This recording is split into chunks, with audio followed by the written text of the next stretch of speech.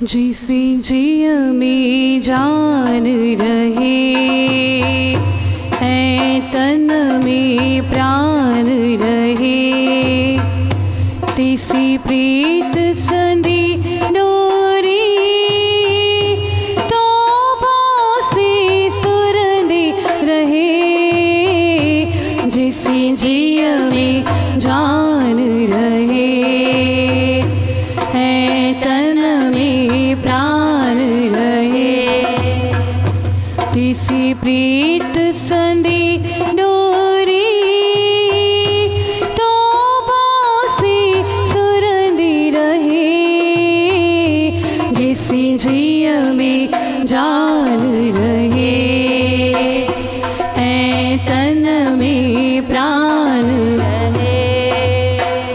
जो छेड़े वो दुनिया मतलब जिया सारी, जो छेड़े वो दुनिया मतलब जिया सारी।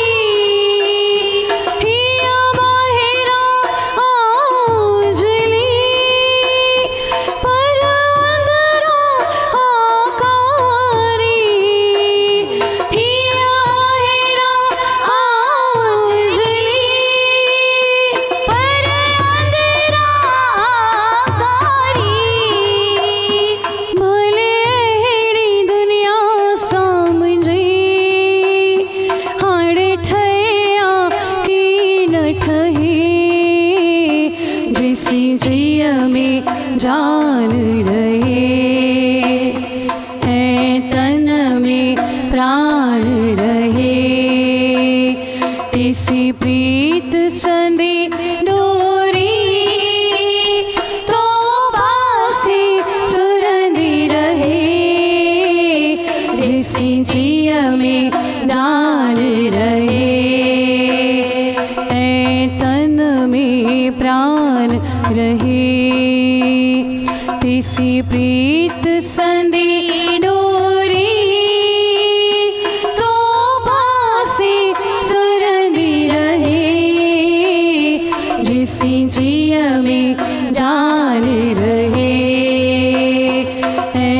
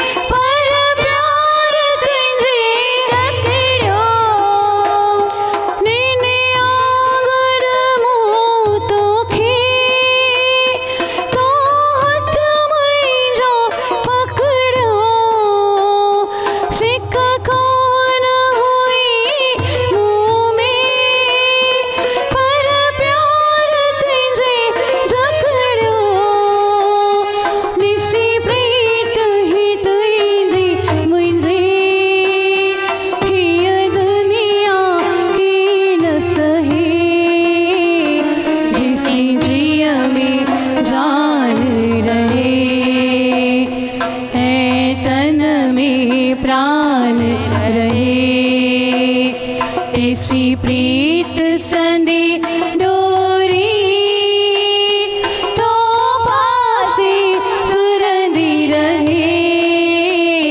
जिसे जिय में जान रहे है तन में प्राण रहे।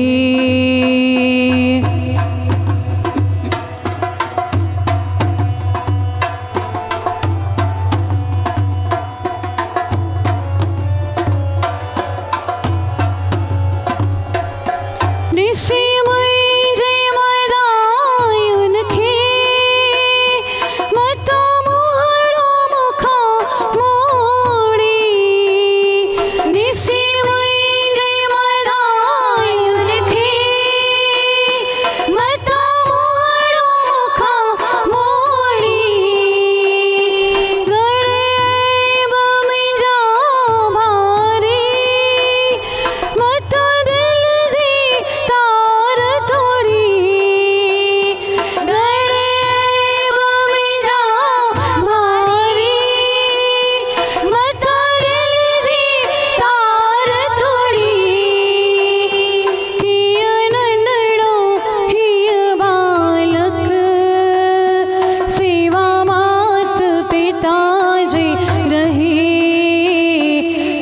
जैसी जिय में जान रहे, ऐ तन में प्राण रहे। तिसी प्रीत संधि डोरी, तो बासी सुरंदी रहे। जैसी जिय में जान रहे, ऐ तन में प्राण रहे।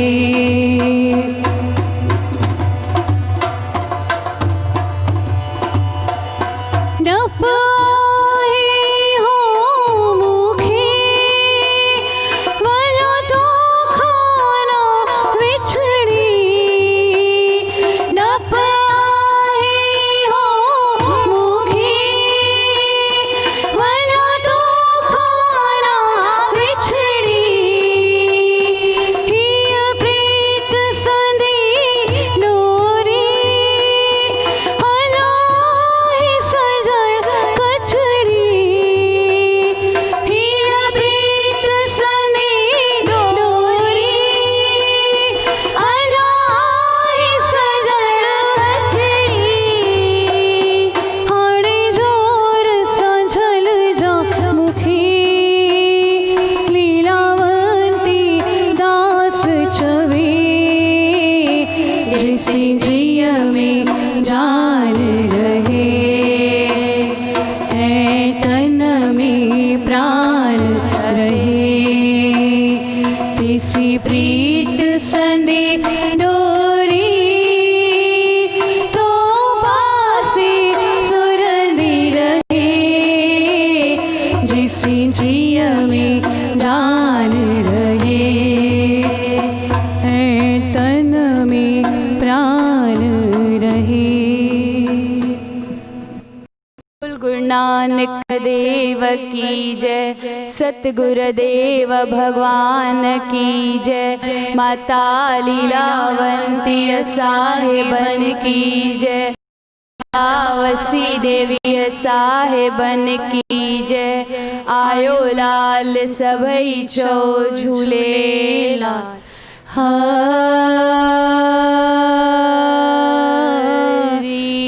ओम, हरि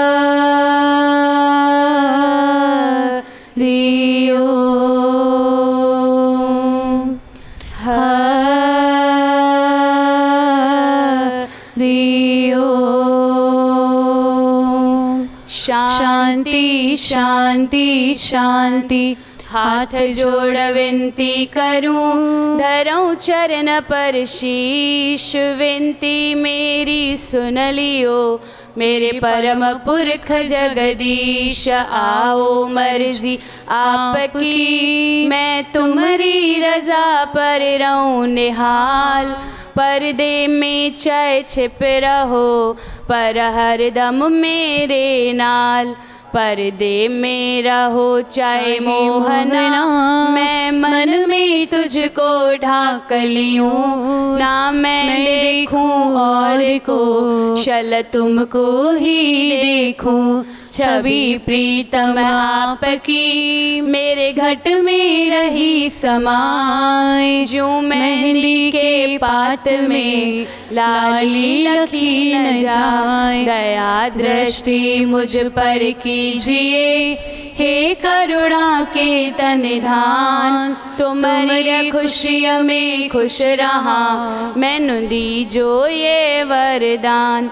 हिलाने वाले हिला रहे, पर तुम नहीं हिलने दो। जिस पर कृपा आपकी नाथ, हिला न सके को। हिलाने वाले हिला रहे, पर तुम नहीं हिलने दो। जिस पर कृपा आपकी नाथ, हिला न सके को। जिस पर कृपा आपकी नाथ, हिला न सके को। बोल गुरु नानक देव की जय। सतगुरु जय शाह, सतगुर जहिड़ो शाह अॼु को न ॾिठो सीका अथई परची ॾिनो जंहिं प्रेम सां मूंखे आत्म धन अथा न की पुछाई जात पात न की पुछाई रा करे मन अचा सामी छॾियाऊं छेन में करे मन अचा सामी छॾियाऊं छेन में हरे राम श्री राम सतगुर पुरख सुजान सतगुर पुरख सुजान अॼु रखियो हथ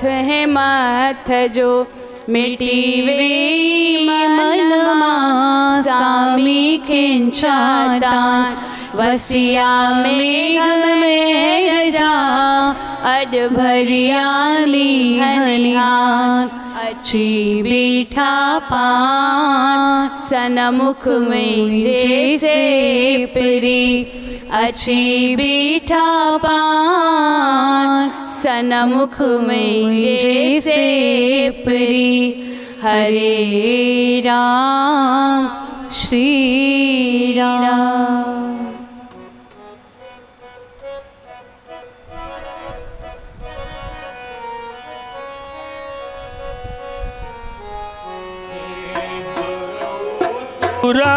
देखार दूर थी अंधकार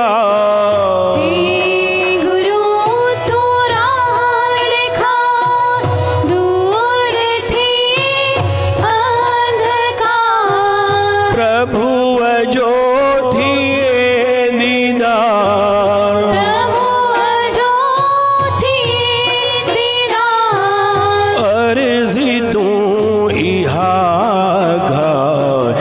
लीलावंती महर करे प्रभुवसा मेलो कराय लीलावंती महर करे प्रभुवसा मेलो कराय प्रभुवसा मेलो कराय प्रभुवसा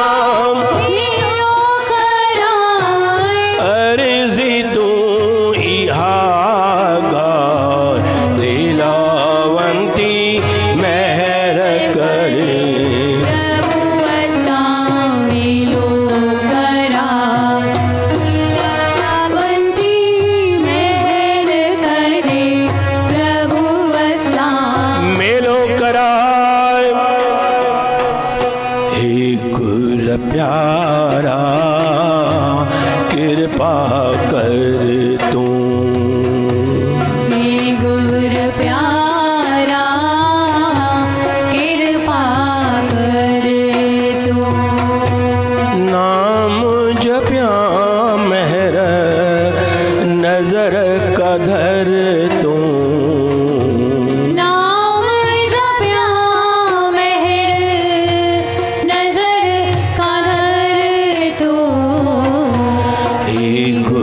प्यारा कृपा कर तू हे गुर प्यारा कृपा कर जे को पयो किरी सामी साध संगत में मिलियो जंहिं माई लखे सुते सिद्ध सिपरी सामी सुख संसार जा वियस सब विसरी अचे की न फिरी जन्म मरण जे दुख में।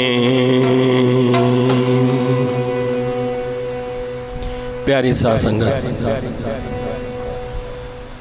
मनुष्य को कहीं दूसरे शहर जाना हो तो वो गाड़ियों की सर्च करता है, कौन कौन सी गाड़ी वहाँ जाएगी, क्या क्या ऑप्शंस हैं और उसी अनुसार वो उसकी टिकट लेता है, उस गाड़ी में बैठता है और मंजिल पे पहुंचता है।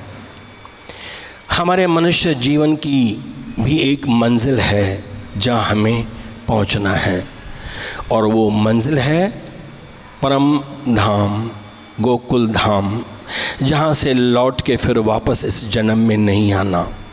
पर अफसोस की बात, कोई कोई विरला मनुष्य वहाँ पर जाने वाली गाड़ी का सर्च करता है, कौन सी गाड़ी जाती है। हम सभी यहाँ संसार की गृहस्थी की गाड़ी में उलझे हुए हैं और वहाँ हम इतने आनंद में हैं, बच्चों का सुख, परिवार का सुख, सुख साधन, ऐश्वर्य, गाड़ियाँ, बंगले, एसी, इन सुखों में इतने उलझ गए हैं कि हमें वो मंजिल जहाँ जाना है भूल गए हैं। एक बात निश्चित है कि जो ये गृहस्थ की गाड़ी है वो परम धाम तो नहीं जाएगी। कहाँ जाएगी? वापस आदमी जन्म लेगा, अपने कर्मों अनुसार वापस इस संसार में किसी न किसी दूसरी एड्रेस पे जाके जन्म लेगा, वहाँ बढ़ेगा, पर परम धाम नहीं जाएगा। ये परम धाम जाने के लिए हमें क्या करना पड़ेगा? प्यारी साथ संगत, हमें सत्संग में आना पड़ेगा। सत्संग क्या है? सत्संग एक जंक्शन है जहाँ पर गाड़ियों की अदला बदली होती है, जंक्शन उसको कहते हैं। और सत्संग में हम आ गए तो हम एक जंक्शन पे आ गए। अब अगर हमने यहाँ पर वो परम धाम की गाड़ी में बैठ गए तो हमें वो मंजिल पे ज़रूर पहुँचाएगी। प्यारी साथ संगत, पर लोग क्यों नहीं चढ़ना चाहते गाड़ी में?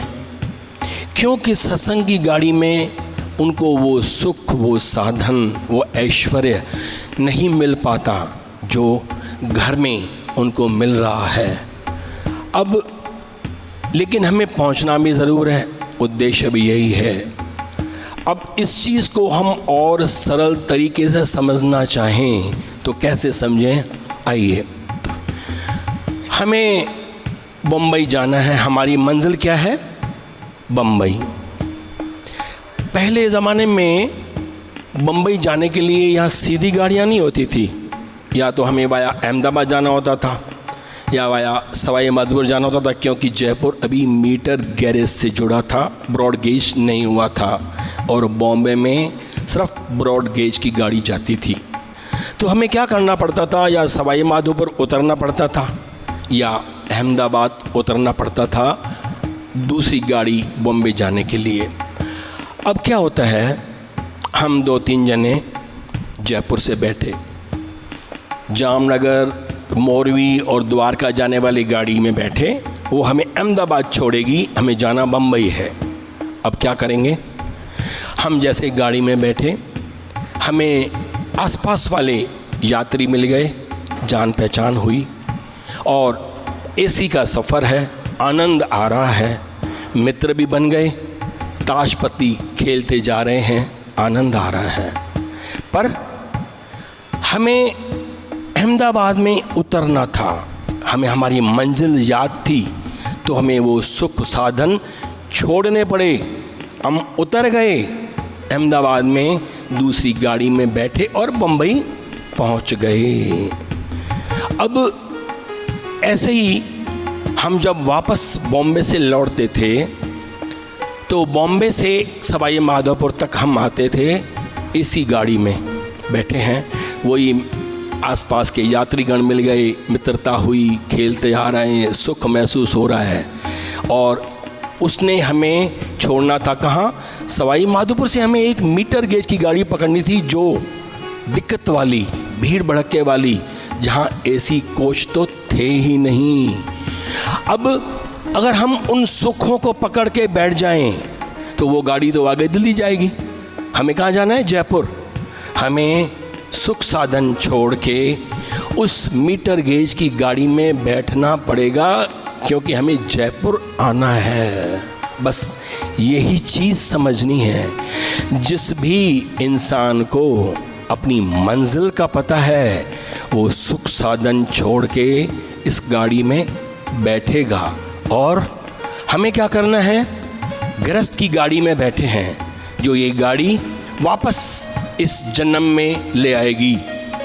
हमें उस सुख साधन, बच्चों के, परिवार के सुख को, ऐश्वर्य को छोड़ना होगा, सत्संग में आना होगा और हमें यहाँ पर उस परम धाम की गाड़ी में बैठना होगा। तभी हम गौलोक पहुँचेंगे। क्या कहेंगे? अम्मा चढ़ सत्संग जे बेड़े ते,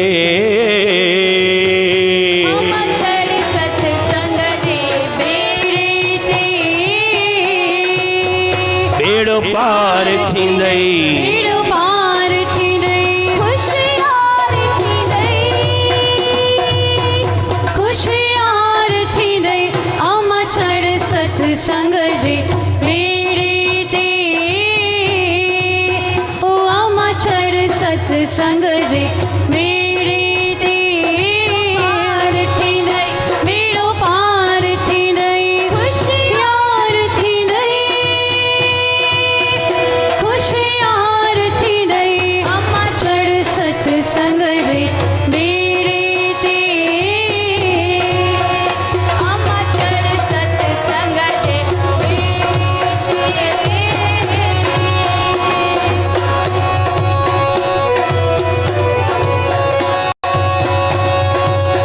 पूरी राम जी खड़ जा तू प्यारी,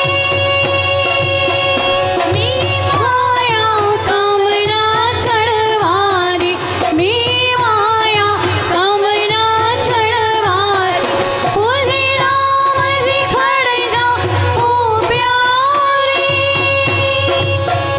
मी माया कामना छड़वारी, मी माया कामना छड़वारी, जग भर जीवे नहीं, जग भर जीवे नहीं, खुशियार थींदई,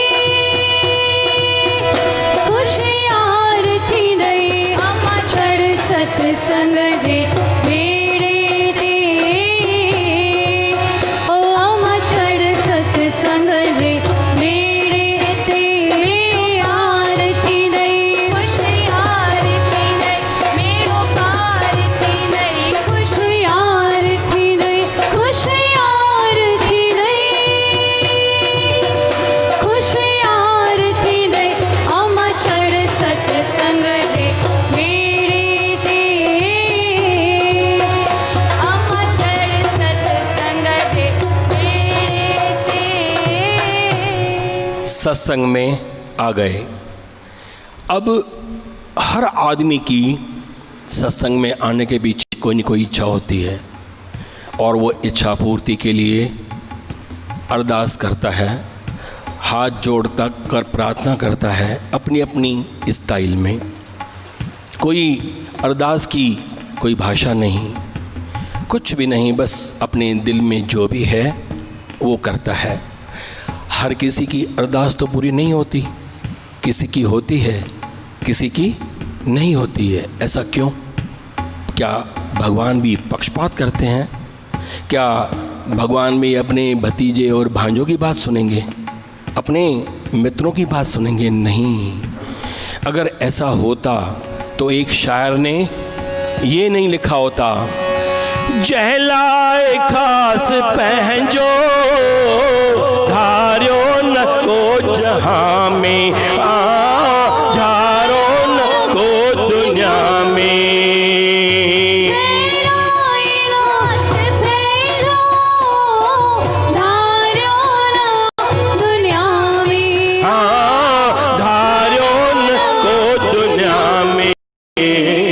सबनी के हिक सरी को, सबनी के हिक सरी को, हाँ जेको प्यार सा तो पाले हो, को प्यार साथ पाले, करे छद जे की हो जई, करे छद सब यार जे हवाले। हाँ सब यार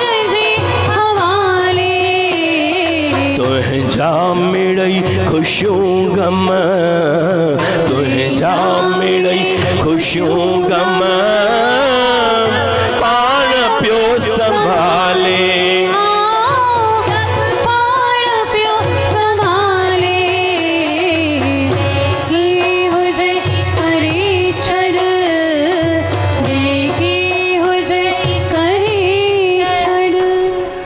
अब भगवान ये तय है कि अपने लोगों की नहीं सुनता, उसके लिए सब अपने बच्चे हैं, पर सुनता है तो किसकी, किसको छोड़ता है? आइए विचार करते हैं। कहते हैं सत्संग में 4 तरह के लोग आते हैं, 4 तरह के। कौन कौन से? पहले ऊंगे, दूसरा सूंगे, तीसरा चूंगे और चौथा डूंगे। ऊंगे उनको कहा गया है जो सिर्फ टाइम पास करने के लिए सत्संग में बैठते हैं और जैसे ही सत्संग चालू होता है वो ऊँगने लग जाते हैं, क्योंकि उनका मन सत्संग में नहीं होता। दूसरा होते हैं सूंगे। सूंगे वो लोग हैं जो सिर्फ आकर बाहर ये जानना चाहते हैं कि उसने क्या पहना है, उसने क्या पहना है, दुनिया में क्या चल रहा है, बाहर क्या हो रहा है, वो होते हैं सूंगे। तीसरे होते हैं चूंगे।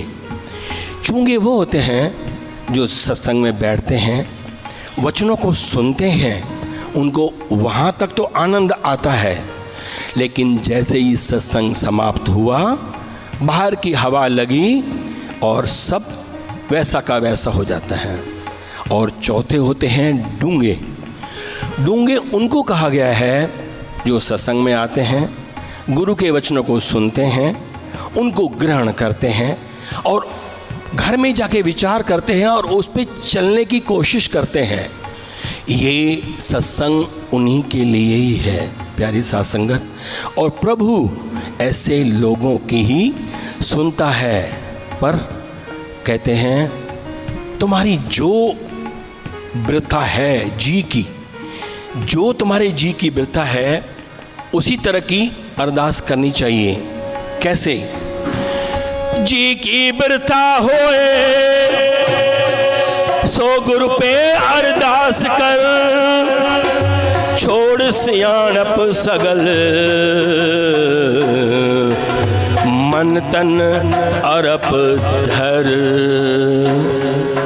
जो भी तुम्हारे अंदर है वो गुरु के आगो सच सच उगल दो।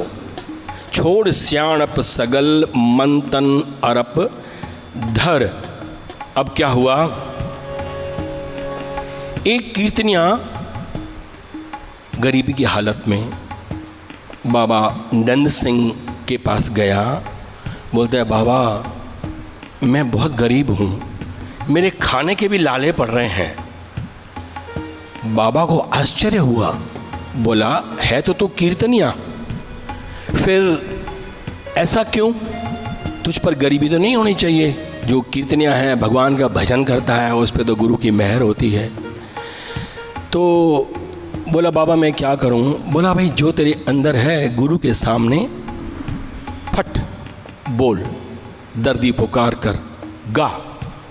अब बोलता है क्या गाता है? ना चाहूं दौलत ना ये ज़माना, तेरा हूँ दीवाना, मैं तो तेरा हूँ दीवाना। तेरा हूँ दीवाना, मैं तो तेरा हूँ दीवाना। बाबा ने रोक दिया, टोक दिया, रुक जा रुक जा रुक जा। क्या गा रहा है? ना चाहूं दौलत ना चाहूं ज़माना, और तूने अभी क्या कहा? मैं गरीब हूँ। बाबा गरीबी का इलाज बताओ, मतलब तुम्हें धन चाहिए। फिर ये भगवान के साथ ये स्याणप क्यों? जो जी की वृथा है वही बयां करो, तभी तो प्रभु सुनेगा, नहीं तो कैसे सुनेगा? आइए ये 2 शब्द भी अपन श्रवण करते हैं। जिये जी बिरथा में मुझब अरदास कर, जे मुझब अरदास कर।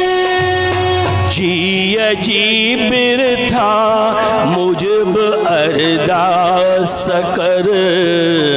जिए जी बिरथा मुझब अरदास कर।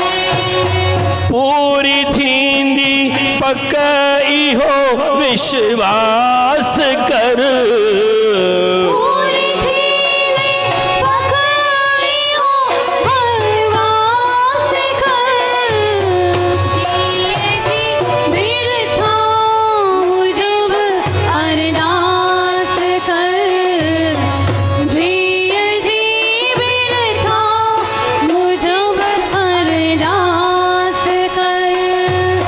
काई सियाण पया होशियारी ना कजा। काई सियाण पया होशियारी ना कजा जो बिचाई साई विनती खास कर। जो भी चाहे साई विनती खास कर। कहते हैं जो भी चाहिए वो साफ साफ बोल दें, पर फिर एक सलाह भी देते हैं कि और कुछ मत मांग लेना, वो चीज़ मांगो, बाकी चीज़ें अपने आप आ जाएगी। क्या मांगें? चाह रखु सचड़ी गुरु अजय नाम जी। चाह रख सचड़ी गुरु हरि नाम जी ॿियूं इच्छाऊं तू अदा सब नास कर। म्यूं इच्छाऊं तू अदा सब नास कर। थींदी पक इहो विश्वास कर। पूरी थींदी पक इहो विश्वास कर। जिए जी बिरथा मुझब अरदास कर।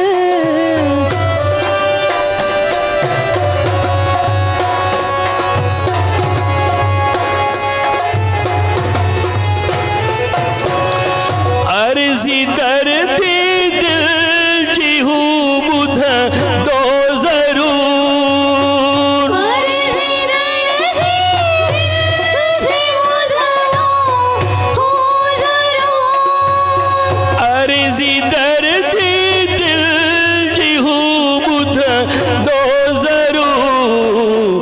चौ प्रभु मुझे तू दिल में वास कर। चौ प्रभु मुझे तू दिल में वास कर। पूरी थींदी पक इहो विश्वास कर। पूरी थींदी पक इहो विश्वास कर। जिए जी बिरथा मुझब अरदास कर।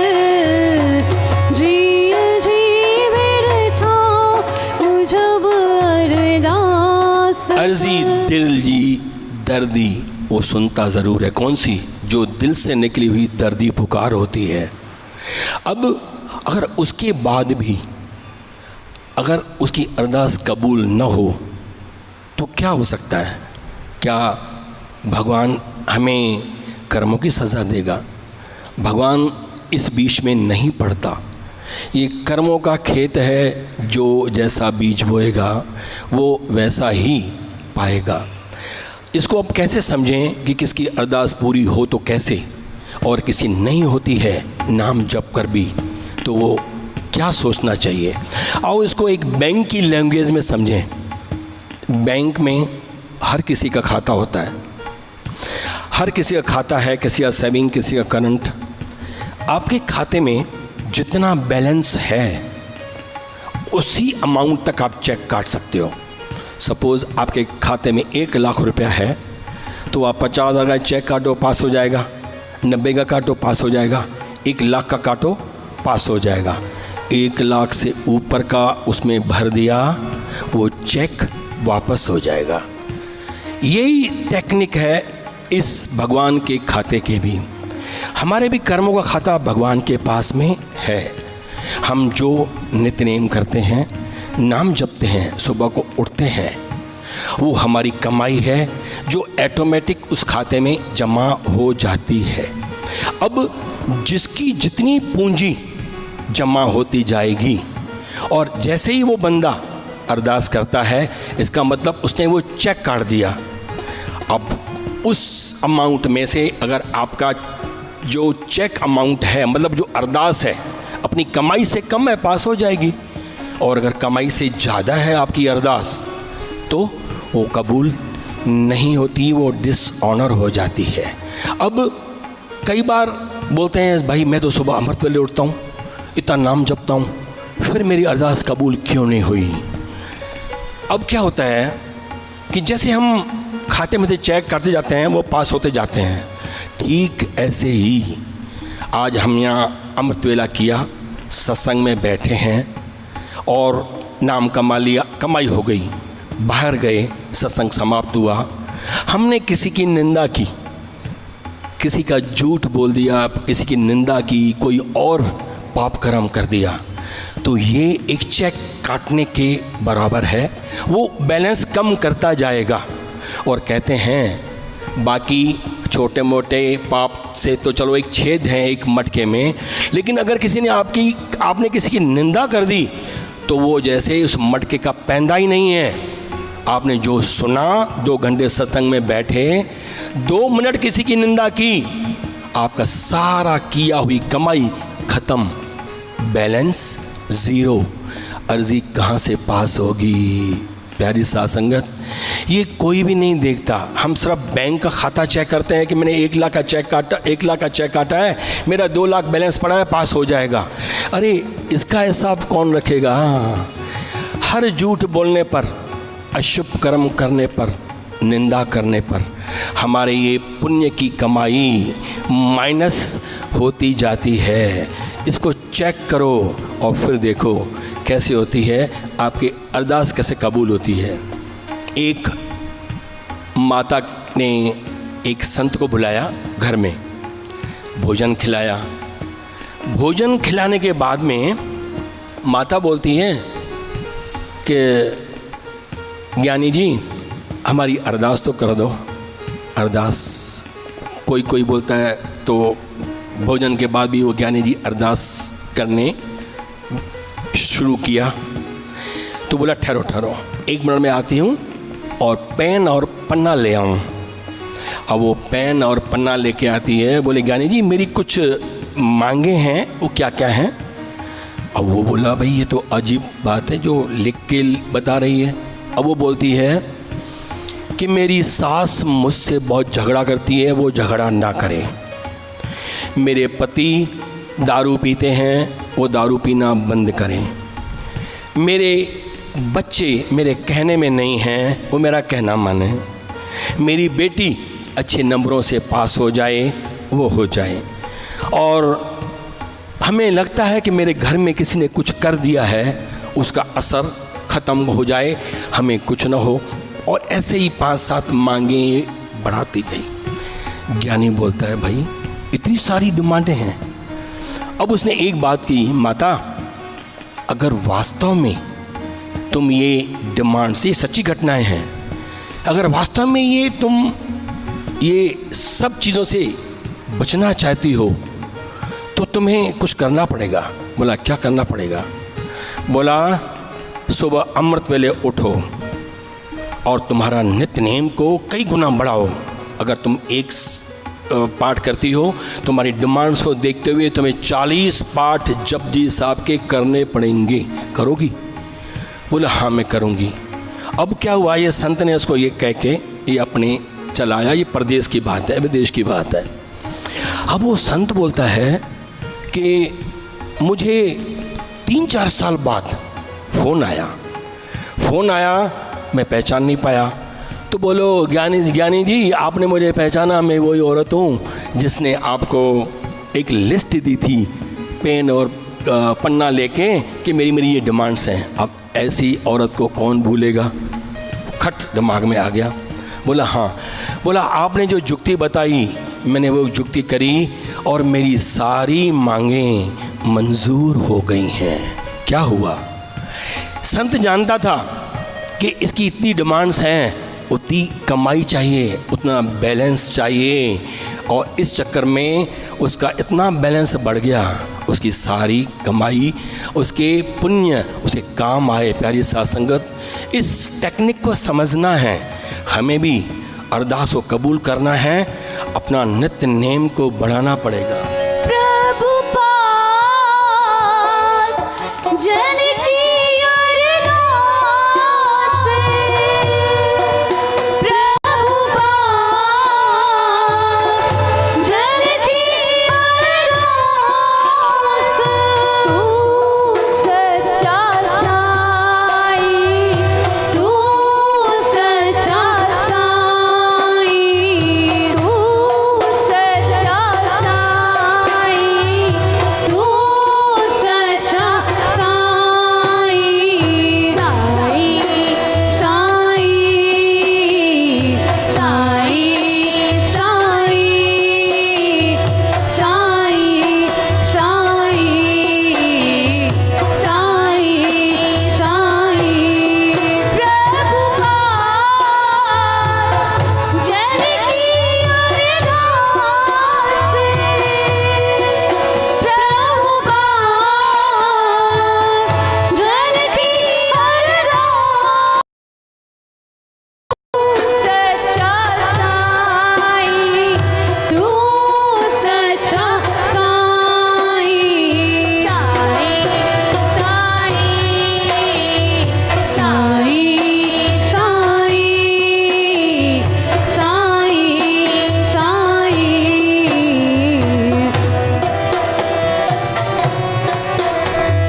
चिंता छोड़े अचिंत रहो, चिंता छोड़े अचिंत रहो,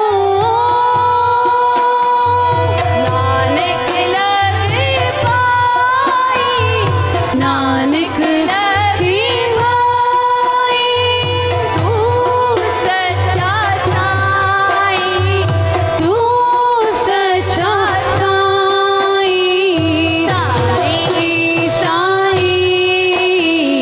साई साई साई साई साई साई। एक विशेष बात का ध्यान का रखना है, खास करके जब भी सत्संग में सुनते हो, वचन ग्रहण करते हो, तो 2-3 जने साथ साथ जाते हैं और किसी न किसी की निंदा स्टार्ट हो जाती है। इसको रोकना है। ये समझ लो, आप जिसकी निंदा कर रहे हो, आपके उस दिन की सारी कमाई उधर शिफ्ट हो जाएगी। इस बात को प्रमाणित करती है कबीर की ये वाणी। कबीर साहब ने क्या बोला था?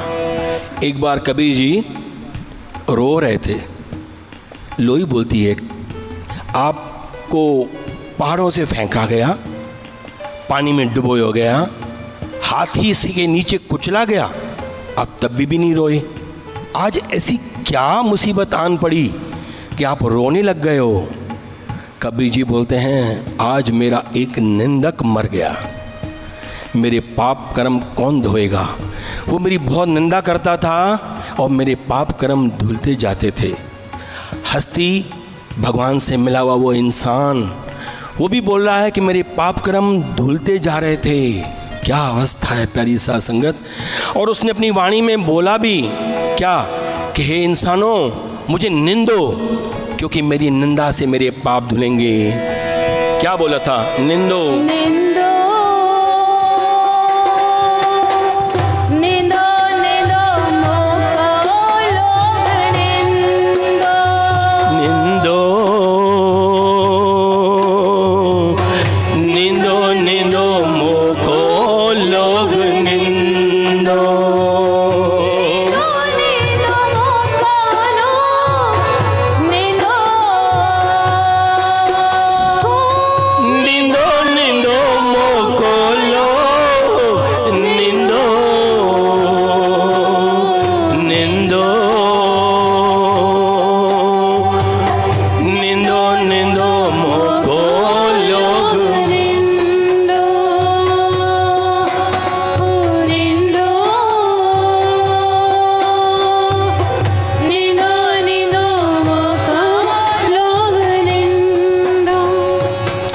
कबीर जी कह रहे हैं मुझे निंदो, जितना मेरी निंदा होगी उतनी मेरे पाप धुलते जाएंगे।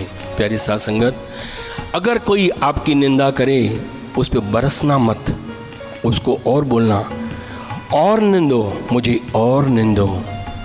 प्यारी साध संगत, अरदास हमने करी, अरदास को जाना कैसे करते हैं और अरदास किन की पूरी होती है।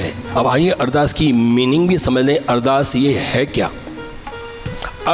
अरदास, 4 अक्षरों का ये मेल।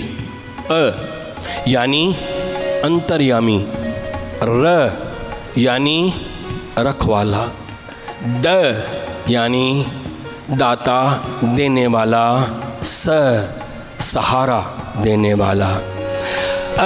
अंतर्यामी, अंतर्यामी पुरख स्वामी, अनबोलत ही जाने हाल। अंतर्यामी पुरख स्वामी, अनबोलत ही जानो हाल। अनबोलत, अगर कुछ नहीं भी बोलोगे तो आपके मन में जो है वो पढ़ लेगा। अरदास की कोई भाषा नहीं, अरदास कोई शब्दों से बयान नहीं की जा सकती, वो मन की वृथा जान लेगा और अरदास पूरी हो जाएगी। इसको प्रमाणित करती है एक घटना। गुरु हरराज साहब जी की एक बूढ़ी औरत दर्शनों की प्यास जागी।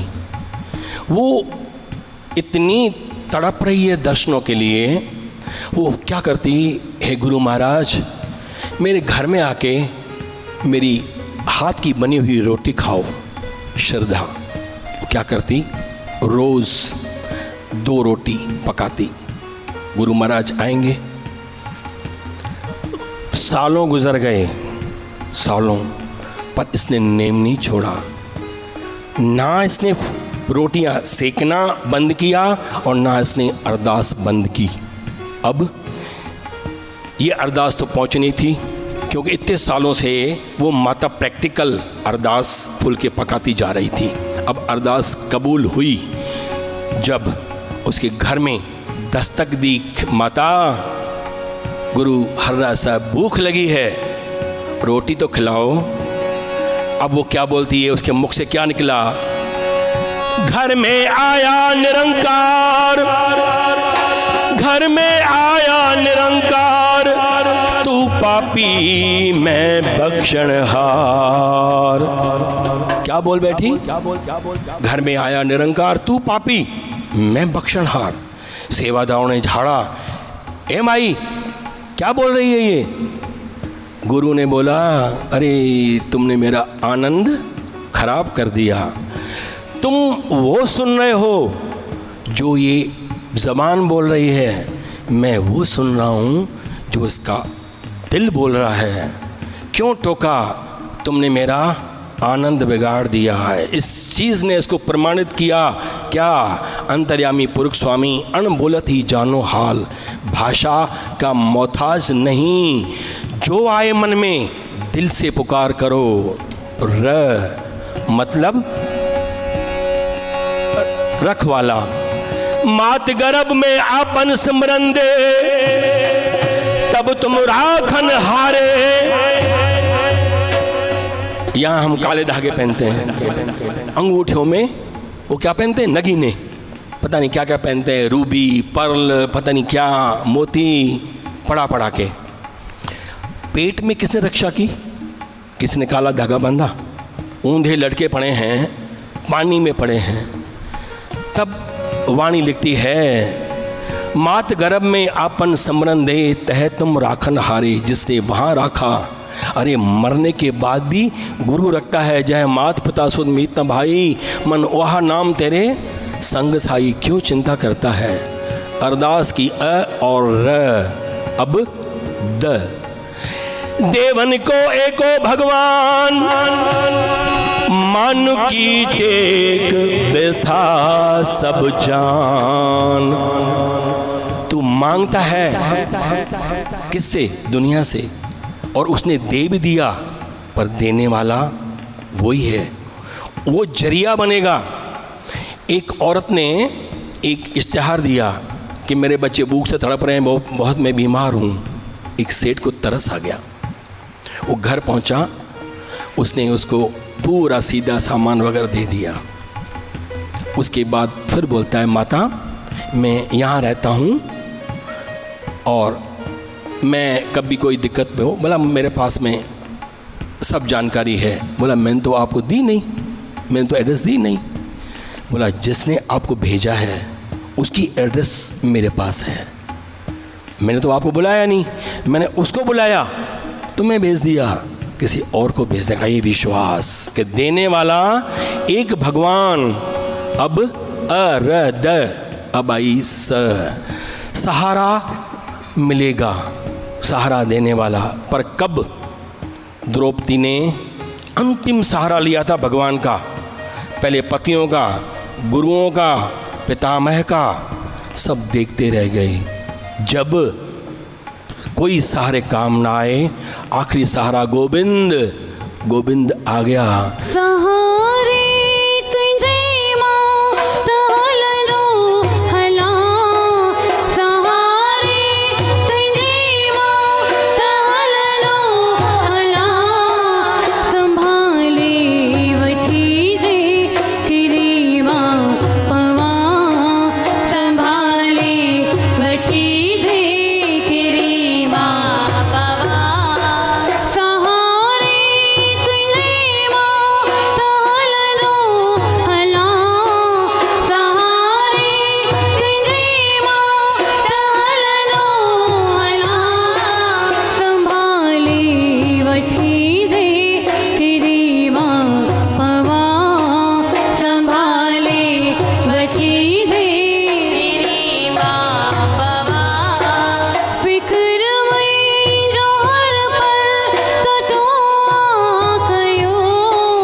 फिक्र में जो हर पल तो तू आकयो, मुखी हारी दुनिया जोड़पना है को, मुखी हारी दुनिया जोड़पना है को, तुझी मेहर जो छट म पाई हला, तुझी मेहर जो छट म पाई हला, भला पूरी दुनिया हछुआ दे जा, भला पूरी दुनिया हछुआ दे जा, मुझो हर दुख्यो कम तो सवलो कयो, मुझो हर दुख्यो कम तो सवलो कयो, मुखी हारी दुनिया जोड़पना है को, मुखी हारी दुनिया जोड़पना है को, मुझो हथ तो पहले हथ में खयो, मुझो हथ तो पहले हथ में खयो, मुखी हारी दुनिया जोड़पना है को, मुखी हारी दुनिया जोड़पना है को, तुझो प्यार साथी मुझो थी वयो, तुझो प्यार साथी मुझो थी वयो, मुखी हारी दुनिया जोड़पना है को, मुखी हारी दुनिया जोड़पना है को। सहारा मिलेगा पर कब? जब ढहकर अरदास करोगे, ढहकर चरणों में गिर पड़ोगे। एक बार गुरु बाबा जी राय बुलार से कह रहे थे अब हमें जाना होगा, तो राय बुलार जी अति प्रेम करते थे। दो जनों ने पहचाना सिर्फ गुरु नानक को, एक उसकी बहन ने माता नानकी, दूसरा राय बुलार। राय बुलार भी इनके दर्शन के बगैर में रह नहीं पाता था, कहता था हे पातशाह अगर आप जा रहे हो मैं कैसे रहूँगा। पता है गुरु बाबा ने क्या बोला? बोला राय बुलार अपना बल जब काम ना आए तो बस ढह पड़ना और अरदास करना मैं उसी समय हाजिर हो जाऊंगा। एक गजग्रहा की कहानी भी हर शास्त्रों में आती है। मगरमच्छ को हाथी ने पकड़ लिया। मगरमच्छ इतना सा, हाथी इतना बड़ा, अहंकार था कि मेरा क्या बिगाड़ लेगा, लेकिन पानी में ताकत मगरमच्छ की इतनी, हाथी को डुबो के ले गई। हाथी सोचा था मेरे सारे घर वाले जो पूरी फौज लेके आया था नदी पे नहाने के लिए मेरे को बचाएंगे, पर वो देख के घबरा गए कि अरे ये राजा, ये हमारा राजा, और ये इतना छोटा मगर, ये इसको घसीटता जा रहा है तो हमारा क्या हाल होगा। सब भाग गए। अब आखिर में गज ने पुकारा, कहाँ? विष्णु के दर। एक फूल तोड़ा, चरणों में गिरा, और तब वाणी क्या बोलती है? जब ही शरण गही कृपा निध, गजग्रहा ते छूटा, महिमा नाम कहाँ लो बरनो, राम कहत बंधन तह टूटा। हे राय बुलार, जब तुम्हारा बल काम ना आए तब पुकार करना। बल छुट क्यों बंधन पड़े, कछु न हो तो उपाय, कह नानक अब ओट हर, गज ज्यों होए सहाय। जैसे उस हाथी को गज से छुड़ाया वैसे ही मैं तेरे पास आ जाऊंगा। ये है पुकार ढह पड़ने की। प्यारी साध संगत, अब अरदास का मतलब समझ में आ गया, कैसे पूरी होती है ये समझ में आ गया। अब अरदास के प्रकार देख लो। अरदास दो प्रकार की होती है। कौन सी? एक प्रैक्टिकल और एक थियोरेटिकल। हम जो करते हैं अरदास 99.9% वो थियोरेटिकल होती है, प्रैक्टिकल नहीं करते।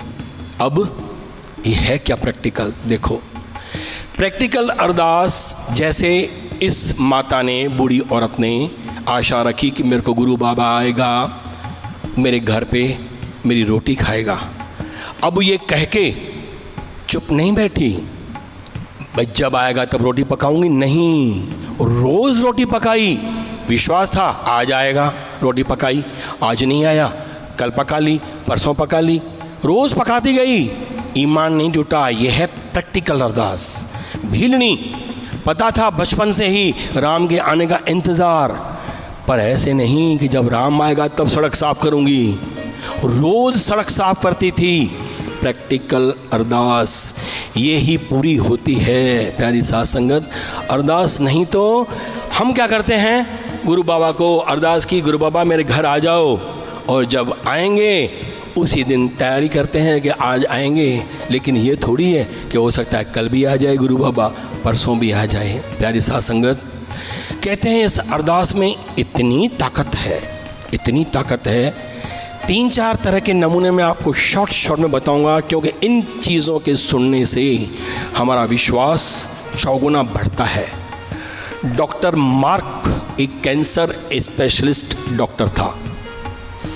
उसको डॉक्टर की इस कैंसर के ऊपर रिसर्च करने पे बहुत बड़ा सम्मान मिलने वाला था। वो सम्मान पाने के लिए जा रहा है। वो फ्लाइट में गया, फ्लाइट इमरजेंसी लैंडिंग करनी पड़ी, इंजन में ख़राबी आ गई, इमरजेंसी लैंडिंग की गई। अब वो जहाँ पर इमरजेंसी लैंडिंग की और उसको जाना बहुत ज़रूर, बोला अभी भी 5-6 घंटे पड़े हैं। अब आए बाएँ ढूंढे, एक टैक्सी कार उन्होंने ली और खुद ने ड्राइव करके वो जाके भागता है। भाग के बरसात, आंधी तूफान ने घेर लिया, रास्ता भटक गया। रास्ता भटकते भटकते जंगल में पहुंचा। अब जंगल में ना दिखे इसको कुछ भी। अब गाड़ी भी बंद हो गई। एक दूर झोपड़ी में एक लाइट जल रही है, वो लाइट की तरफ भागा, कुछ हेल्प मिल जाए, कुछ टेलीफोन मिल जाए, मैं फ़ोन करूं, वहाँ कैसे पहुंचूं। अब ये जा रहा है, दरवाज़ा खटखटाया, एक बूढ़ी औरत आती है। बोले माता आपके यहाँ कोई टेलीफोन की सुविधा है? बोला नहीं, यहाँ टेलीफोन जंगल में क्या काम, पर आ जाओ, तूफान आंधी है, आ जाओ, थोड़ा विश्राम कर लो, बरसात बंद हो जाए आप चले जाना। अंदर आया, अंदर बैठा, माता ने उसको चाय ऑफ़र की, चाय पियोगे? अब उसको चाय देती है। अब ये माता चाय दे के गुरु के पास में अरदास कर रही है, कुछ बोल रही है। डॉक्टर लोग, साइंटिस्ट लोग, पढ़े लिखे लोग इन चीज़ों में विश्वास नहीं करते। बोला माता क्या ये तुम्हारा भगवान सुनेगा जो तुमने बोला? फालतू टाइम खराब कर रही हो, परिश्रम करो, श्रम करो। बोलती है मेरा भगवान बैठा है, मेरी एक दिन ज़रूर सुनेगा।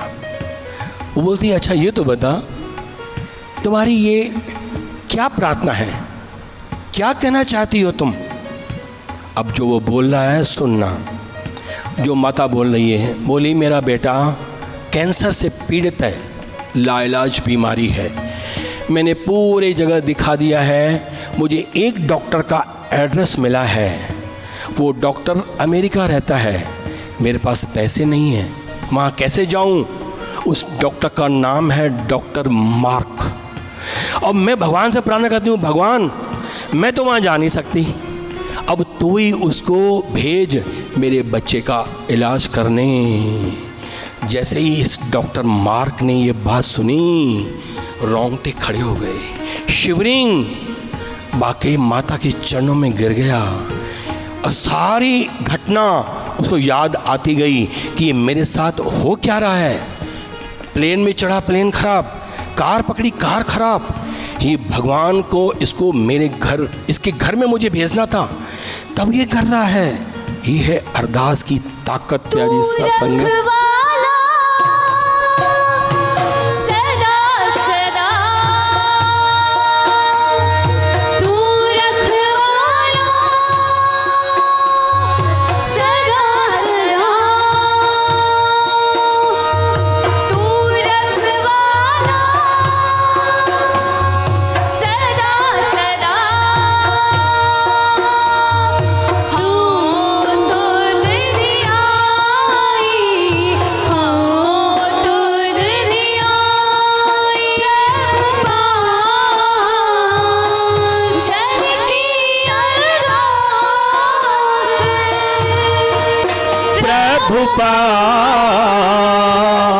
जन की अरदास, सच्चा साईं, ओ तू सच्चा साईं, साईं साईं साईं साईं साईं साईं। अरदास। प्यारी साथ संगत, एक बार रात को एक आदमी 12-1 बजे, घर में सब सोए हुए हैं, इधर से डोल रहा है, उधर जा रहा है, इधर जा रहा है, नींद नहीं आ रही, चक्कर काट रहा है।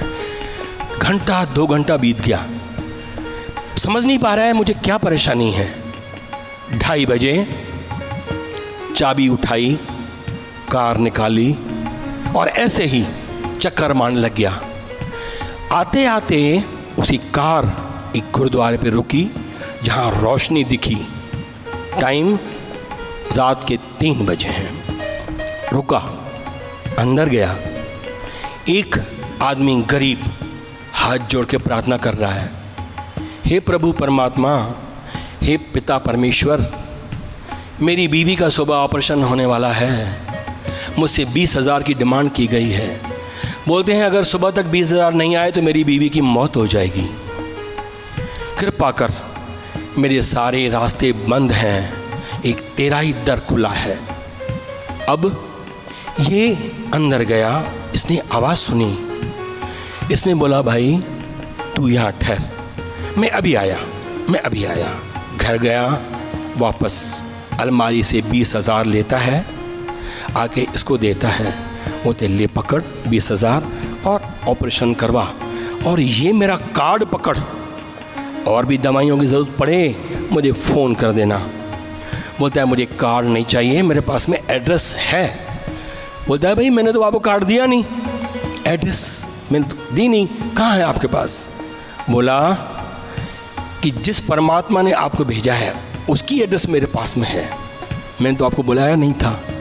अब देखो यहाँ इम्पोर्टेंट क्या है, इम्पोर्टेंट ये नहीं कि उसको 20,000 मिल गए, इम्पोर्टेंट ये है कि वो उसका कार्ड नहीं ले रहा। क्यों नहीं ले रहा है? हमारे जैसा इंसान हो, अरे भाई कल को 10,000 और चाहिए, मैं कहाँ भटकूँगा, इसको फ़ोन करो, फ़ोन नंबर लो, इसको मांगूंगा, इससे बोलूँगा मेरी बीवी की जान बचेगी। बोला नहीं, जिस भगवान ने, जिस परमेश्वर ने तुझे भेजा है वो ही किसी और को भेज देगा। इतना विश्वास चाहिए, तब जाके ये अरदास कबूल।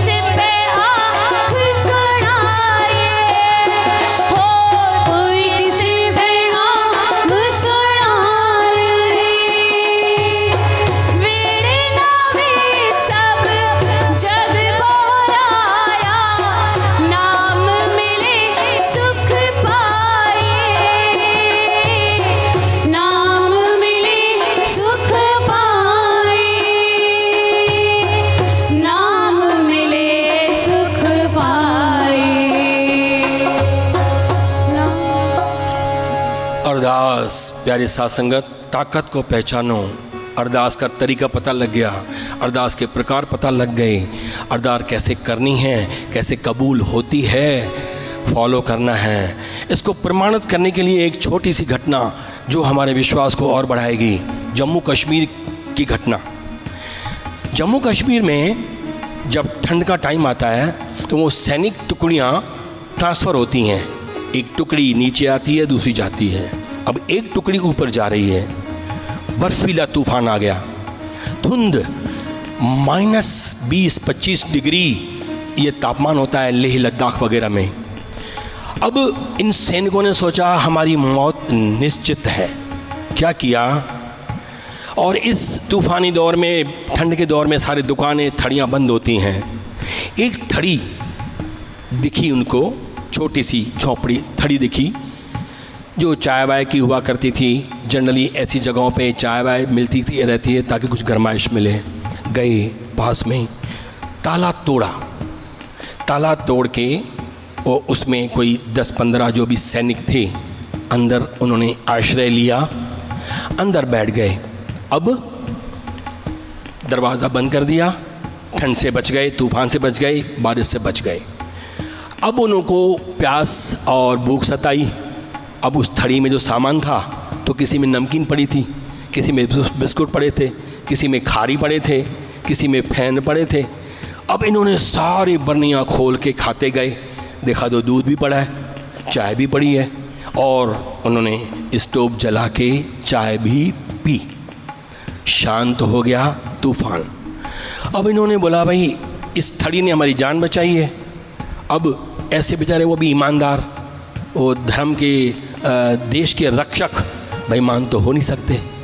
इन्होंने क्या किया, कलेक्शन करके 10,000 रुपये वो उसकी गुलक में डाल दिए और वापस ये चल दिए।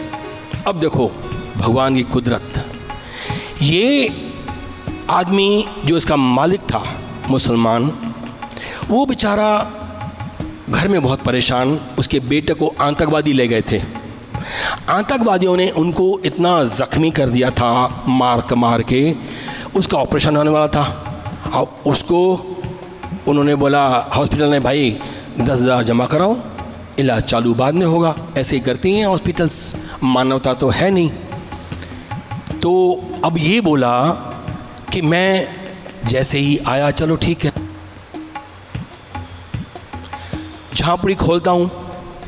अब ये आता है, इस आशा से झोंपड़ी खोलता हूँ कि कुछ कमाई कर लूँ, मेरे बेटे की जान बच जाए। अंदर आया, अंदर आके क्या देखता है कि गुल्लक में 10,000 पड़े। पहले तो घबरा गया कि ताले टूटे हुए हैं, कोई सामान नहीं है, कुछ भी नहीं है, ये क्या करूं। तो बोला कोई चोर आए हैं, डाकू आए हैं। पर जैसे ही खोली तो 10,000 पड़े। और ये बोला भाई ऐसा कौन सा चोर आया जो चोरी भी कर गया और पैसे भी रख गया। हे भगवान, मुझे जो चाहिए था तूने ऐसे दिया। अब ये क्या हुआ, ये सैनिक टुकड़ी वापस घूमते फिरते वापस आ रही है। तो आके सालों की बाद में ये आके वहाँ पे उसी झोंपड़े पे आए, अंदर गए तो बोला एक मियाँ भाई बैठे हैं, वो अल्लाह को अरदास कर रहे हैं। एक सैनिक बोलता है तेरा खुदा है भी जो तू इसको प्रार्थना करता है। बोला है ना, है। बोला कैसे, तुझे कुछ दिखा है? तब वो बोलता है हाँ मुझे दिखा है। तब उसने बात बताई क्या, कि किस कदर मेरी यहाँ पर लूट हुई, मेरे बेटे का ऑपरेशन था, मुझे 10,000 चाहिए थे, मैं यहाँ पे आया कुछ कमाई का साधन हो जाए, आया और देखा तो मैंने ये 10,000 यहाँ मिले। अब वो सुन रहे हैं। अब देखो अरदास सैनिकों ने भी की थी, प्रभु बचा ले, अरदास यही इसने भी की थी। किसकी अरदास अगी?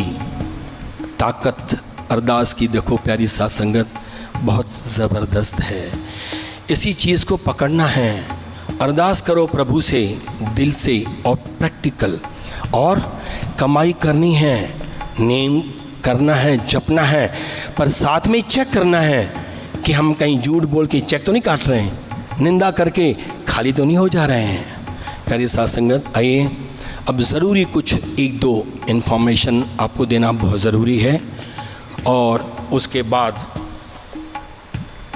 आपको बता दें कि हमारे साईं माता वसी देवी जी का जन्म दिवस हम हर साल मनाते आए हैं। इस बार कोरोना के चक्कर में अपने प्रोटोकॉल को मानते हुए हम आम पब्लिक के साथ नहीं मना पा रहे हैं, लेकिन हम यहाँ पे जो भी 5-7 प्रेमी घर के हैं वो अखंड पाठ साहब का आरंभ करेंगे।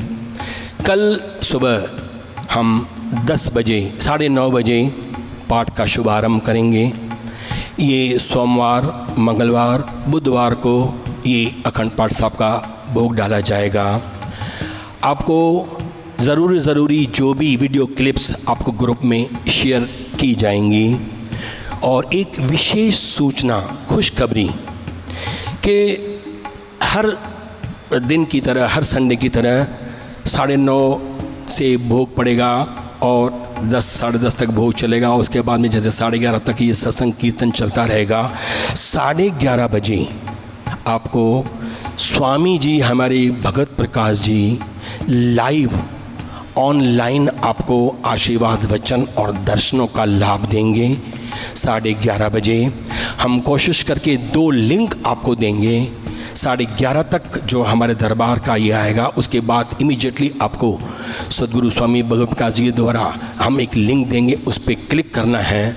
आपको गुरु महाराज जी के दर्शन और प्रवचन का लाभ मिलेगा। आइए अब हम इसकी समाप्ति करते हैं, और कल आपको 3 दिनों के लिए हम आपको ऑनलाइन यहाँ आपको दर्शन कराएंगे। पर मेहरबानी करके सभी प्रेमियों से निवेदन है, हाथ जोड़ के, कोरोना बहुत बढ़ता जा रहा है, सीरियस होता जा रहा है, इसलिए कोई भी मंदिर में ना आए और वहीं से दर्शन करें और हमें सहयोग दें और सरकार के प्रोटोकॉल का सम्मान करें।